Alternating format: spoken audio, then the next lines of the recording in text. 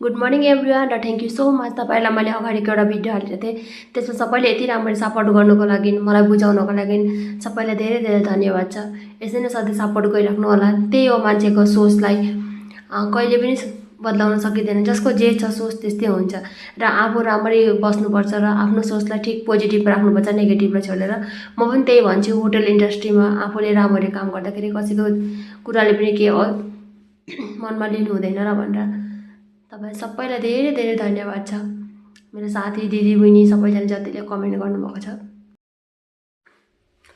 र म चाहिँ आज म र मेरो साथी काम खतम गरेर बिहान चिया पिएर र यता आएर थियौँ होटलतिर बिल्डिङमा। देख्न चाहन्छु यो गसमा चाहिँ एउटा उल्लु फेसा बसिरहेको रहेछ। तल हेरेको थियौँ टोइलेट गरेको रहेछ, के रहेछ भनेर माथि हेर्दाखेरि त उल्लु पो रहेछ।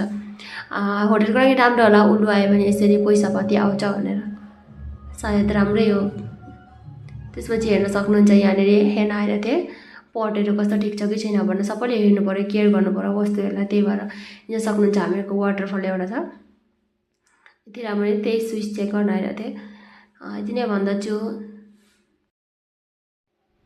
मेरो भिडियो हेरेमा कस्तो लाग्छ कमेन्ट गरेर जनाउनु होला, अनि लाइक कमेन्ट सेयर फलो गर्न नबिर्सिनु होला।